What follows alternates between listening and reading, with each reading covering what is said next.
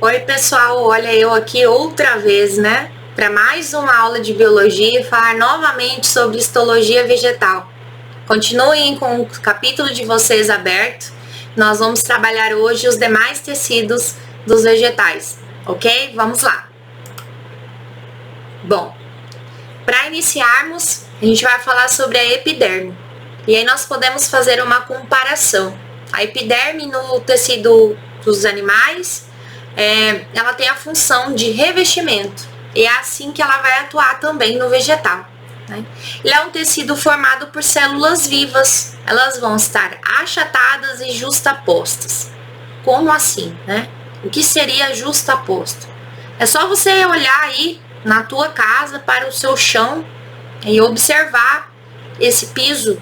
O piso, ele foi assentado aí, um do lado do outro, com pouco materialzinho entre ele, né? Se ele for porcelanato, menor o material ainda. E a gente vai imaginar que o piso é a célula. E essa estrutura que está no meio, o rejunte, seria o material intercelular. Significa que então o tecido epitelial, ele tem pouco material intercelular, ele trabalha como se fosse a estrutura do piso da tua casa, onde eu tenho células uma do lado da outra. Sim, pouco material. Coloquei um desenho aí para vocês. Vocês têm, fotomicrografia do lado esquerdo do seu monitor aí em cima e à direita um esquema, né? A epiderme, ela tem camada da epiderme superior e a camada da epiderme inferior. Observe que a célula vegetal lá, ela não é azul, ela está corada, por isso apareceu essa cor. Mas o material entre as células, né, o branquinho é a célula, o material entre as células, ele é muito pouco, elas estão muito próximas uma das outras. Essas células, elas são aclorofiladas, significa que elas não têm clorofila, né, não vão participar do processo de fotossíntese. São geralmente unistratificadas, ou seja, só tem um estrato igual, né? Vão formar a cutícula, que vai ter essa função de ser impermeável em alguns vegetais. A gente vai imaginar lá, por exemplo, no caso da caatinga, aqui no cerrado também, tem plantas que têm essa estrutura da casca extremamente grossa para evitar essa perda de água excessiva que a planta pode vir a ter, né? Tem a função de proteção da planta também, né, contra agentes externos e perda de água, certo? E é uma estrutura de revestimento, ok? Bom, a epiderme, como ela tem a função de estar ali protegendo a estrutura da planta, né, ela vai ter alguns anexos. Esses anexos, eles, de acordo com as suas funções, eles vão aparecer na planta. São eles, né? Lá em cima vocês têm o estômato, uma fotomicrografia 3D. Né? O estômato é uma estrutura, um orifício que vai estar presente geralmente nos caules jovens, né? Quando jovens só, nas folhas dos indivíduos adultos. Em algumas plantas em maior quantidade, em outras em menor, de acordo com a necessidade que essa planta tenha de fazer troca gasosa. É o estômato que vai permitir essa troca gasosa. Então, a entrada e saída de água e de gases também. Os hidatódios, que são estruturas por onde vão sair a água, né? Os acúlios, que muita gente erroneamente diz espinho. Lá na roseira nós temos acúlios e não espinhos. São modificações epidérmicas, né, como forma de proteção. Os tricomas, que são pelos, né, pelos absorventes. A estrutura das glândulas, que vão ser secretoras. As papilas, que estão presentes lá no caso das flores, né? As papilas, elas podem liberar, inclusive, junto com as papilas, as flores podem liberar substâncias secretoras, né? Elas vão ter glândulas secretoras que vão liberar substâncias odoríferas para agir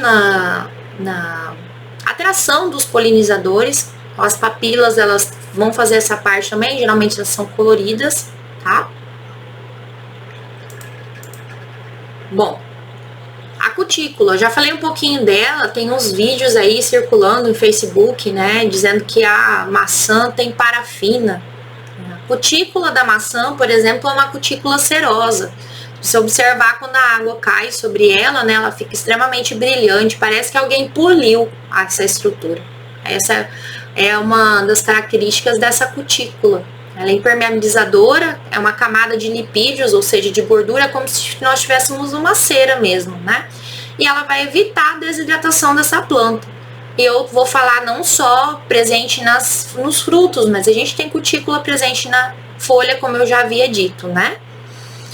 Os acúlios, que são projeções dessa epiderme, que a gente conhece popularmente como espinhos, eles são projeções pontiagudas que vão ser bem resistentes e vão servir como proteção, principalmente na predação, né? É comum na roseira e lembram os espinhos. Os pelos e os estômatos, né? Os pelos, quando estão presentes nas folhas, eles agem na proteção dessa folha. Nas raízes, eles têm a função de absorção, vão ser chamados de pelos absorventes. E já os estômatos são presentes nas folhas e nos caules jovens, como eu já havia dito, em algumas flores, né? Quando há necessidade de troca gasosa maior, né? Esse orifício ele vai se abrir, como vocês estão vendo, aqui, né? Ele abre, libera os gases, né? Nós temos troca da água, do gás carbônico e do oxigênio. E esse vapor de água vai ser eliminado. É importante lembrar que existem períodos que ele vai estar aberto, não necessariamente o dia todo, né? E existem adaptações de plantas justamente para essa perda excessiva de água. Exemplo, né? Caso de cactos, mais à frente nós vamos ver que os cactos eles deixam de ter folhas, justamente porque se as folhas estivessem repletas de estômatos, eles perderiam muita água. E no caso da Vitória Régia, né, é uma planta que vive lá em cima da água o dia inteiro, né? Ela precisa perder água. Se ela não perder água, ela morre sufocada. Então esse estômago vai estar continuamente aberto para evitar que ela fique encharcada de água. Então essas estruturas, de acordo com o tipo de planta ou com a região que ela se encontra, ela pode vir de maneira diferente, né? Ou em maior quantidade ou em menor quantidade. Eu coloquei aqui para vocês também a foto, né, com a presença de pelos, ela ampliada no microscópio e a visualização desses pelos que são absorventes, né, na planta aqui. Ok? Os idatódios. Tá? Ali a gente observa na imagem, acima, as gotas de água que estão na borda da folha, né, e tem os idatódios que estão presentes ali. Eles têm a função semelhante do estômato, né, na eliminação da água. Ele vai eliminar o excesso de água, o que significa que essas estruturas só vão estar presentes em plantas que têm locais de excesso de chuva, por exemplo, ou muita umidade relativa do ar. E vão auxiliar no processo, né, de gutação ou de sudação, assim como as pessoas chamam. Que seria a perda de água, né, que vai acontecer. Então essas gotículas de água elas ficam presas ali como se a planta estivesse suando. As lenticelas são órgãos de arejamento que vão ser encontrados nos caules velhos. Eu tenho uma imagem mais a seguir que eu vou mostrar para vocês, né? Essa lenticela é comumente encontrada na região mediana do caule. Ela vai fazer essa troca. Bom, o suber. O suber ele é um tecido formado por células mortas, né, suberificadas. Ou seja, elas são impregnadas dessa proteína, né, suberina. Ele é pluriestratificado, ou seja, tem mais de um tipo de extrato, tem função de revestir, proteger né? Tem a presença dessas lenticelas que eu acabei de falar para vocês lá. Vocês observam na imagem aí o corte, né, da estrutura do suber. Vocês olharem na imagem do meio aqui, nós temos o suber, o felogênio e a feloderme, né, que formam a estrutura da periderme. E mais acima a estrutura da lenticela que vai fazer essa troca, né. Além disso, né, o suber forma a estrutura da cortiça, que é essa casca grossa que vai englobar essa árvore, né. Uma estrutura mais comercial, né? A cortiça, quando ela é utilizada, por exemplo, lá para rolha e etc., tem função comercial para o homem. Aqui a gente observa uma lenticela de uma acerola, né? Que é aquela estrutura, vou voltar um pouquinho, que está bem aqui acima, né? Que nós vimos que tem essa função de troca. É essa aqui. Ela não é um tronco que foi quebrado, na verdade ela é uma estrutura epidérmica que tem essa função de fazer essa troca, certo? O parênquima. O parênquima ele é um tecido que vai ser formado por células vivas, que elas vão se desdiferenciar. Como assim, né? Já se diferenciou, até a capacidade de voltar ao estágio anterior. E eles têm algumas funções. A gente tem parênquima de preenchimento, que vai estar ali para preencher o espaço, né? O lacunoso, o palissádico, que fazem parte do clorofiliano. Esse clorofiliano a gente já lembra da clorofila, né? Que tem função de armazenamento de clorofila. De reserva, que pode ser aerífero, quando tem ar, aquífero, quando tem água, e amilífero, quando tem amido. Como assim, né? Eu vou colocar para vocês aqui alguns tipos de parênquima e a gente vai conversar um pouquinho sobre eles. O parênquima aerífero, ou chamado também de aerênquima, né? A curiosidade da pessoa de por que a Vitória Régia, que está do lado de cá, professora, porque essa Vitória Régia ela consegue ficar flutuando na água. Ela tem uma grande reserva de parênquima aerífero. Esse parênquima ele tem a função de armazenamento de ar e é esse ar que faz com que essa planta consiga flutuar, né? Então as cavidades, se vocês olharem nessa imagem lá, vocês conseguem observar que existem cavidades preenchidas por ar, né? Então essa é a função dele. Além disso, a gente tem esse mesmo parênquima preenchido dentro do coco, né? O coco tem muito parênquima. De novo, eu estou com problema de GPS. Do lado de cá, vocês, contrário, do lado de cá, né? Do lado de cá, vocês enxergam aí o coco. O coco, ele também, quando cai na água, ele flutua justamente por conta dessa presença desse parênquima, né? Dentro dos tecidos secretores, né, nós temos os pelos glandulares. Se você já teve a oportunidade de ir para uma região de mata e passar próximo de uma ortiga, você já teve a sensação do que é receber um tóxico urticante no seu corpo. A ortiga é uma folha do cerrado, uma planta do cerrado, que tem um pelo glandular que libera uma substância urticante, que causa coceiras intensas no corpo. E essas plantas carnívoras também vão ter esses pelos glandulares, justamente porque eles têm a função de secretar enzimas digestivas. Imagine que a planta ela vai precisar consumir a estrutura interna desse inseto, que é extremamente rígida, né? A gente vai pensar, ele tem exoesqueleto e há necessidade de acontecer a digestão interna desse inseto. Então a planta ela vai liberar através desse pelo glandular a enzima que vai fazer essa digestão.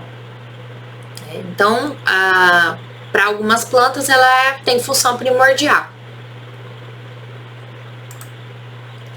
Os nectórios são bolsas que vão secretar, né, nas folhas lá o néctar e substâncias aromáticas. Qual que é a função desses nectórios?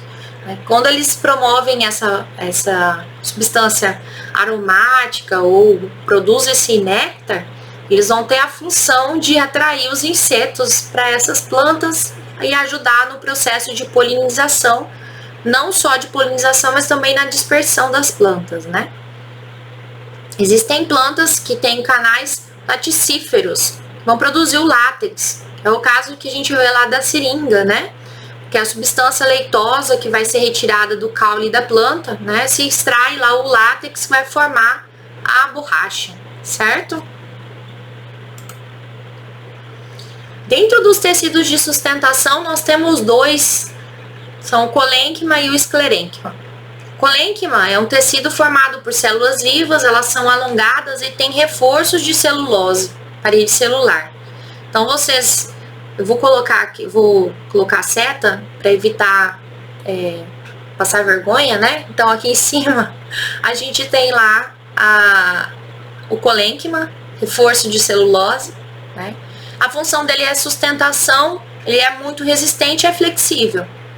E já o esclerênquima, né, que está aqui do lado, é um tecido que vai ter células mortas, elas vão estar impregnadas de lignina e vão ter função de sustentação. Também são bem resistentes e tem a flexibilidade. Então a diferença entre os dois é que um tecido é resistente e o outro tecido não é tão resistente assim, né? Então, tecido muito resistente, esclerênquima, pouco resistente, colênquima, certo?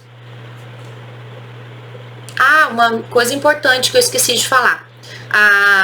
Eles têm, no caso do esclerênquima, ele tem importância comercial, né? A produção do linho ou da piaçava, aquela vassoura que a gente vê em filme lá, que geralmente aparece a bruxa em cima dela, né? Aquela piaçava, ela tem importância comercial. O sisal também é utilizado em artesanato, né? Dentro dos tecidos condutores, nós temos lá o lenho e o xilema, o líbero e o floema. O lenho e o xilema, ou xilema, né? Eles são responsáveis pela condução de água e sais minerais ou seiva bruta. Já o líbero ou floema, responsável pelo transporte da seiva orgânica, que é aquela produzida através da fotossíntese, tá? O xilema, né, ele é um tecido formado por células mortas. As células típicas são os traqueídeos, os elementos de vaso estão presentes, vocês observam aqui, elemento de vaso, né? Tem a função de conduzir a seiva bruta ou mineral e o sentido dessa condução é ascendente. Aqui a gente observa um corte de um caule onde dá para se observar o vaso condutor, né? Ao lado nós temos uma perfuração e os elementos de vaso aqui, um corte interno, a gente consegue observar o espaço entre eles, né? Os limites que nós temos entre um espaço e outro é um limite de um vaso. O floema, tecido formado por células vivas. Então a diferença entre os dois, um tem célula viva e o outro célula morta, né? As células típicas são células crivadas, companheiras, né? A gente observa aqui a placa crivosa, a célula companheira e a célula do tubo crivoso na imagem. A função é de conduzir a seiva orgânica ou elaborada e o sentido dessa condução de seiva é o contrário do xilema. Do xilema era ascendente e esse é descendente, né? A gente vai imaginar a região de produção. Seiva bruta vem do solo, seiva elaborada vem da folha, certo? Bom, aqui a gente tem uma imagem da formação de anéis de crescimento, né? Quando a gente fala lá do crescimento da planta, quando ela cresce em espessura, cada marca dessa aqui que é deixada no anel de crescimento, ela tem a ver com a impregnação, né, desse esclerênquima e é o que marca a idade da planta. É lógico que eu não vou chegar e cortar uma planta para avaliar a idade dela, né? Existem métodos que a gente utiliza para se medir o diâmetro desse caule, né? E através dessa medição a gente sabe dizer mais ou menos qual seria o período de vida dessa planta. Mas quando a planta morre, há a possibilidade da contagem desses anéis. Através dessa contagem a gente consegue observar quantos anos ela sobreviveu, ok? Tarefa de hoje de vocês são as páginas 28 e 29, atividades propostas. Não se esqueçam que vocês também têm tarefa online para fazer do capítulo 6, na Biologia 2. Fiquem bem, até a próxima aula. Fique com Deus. Tchau, tchau.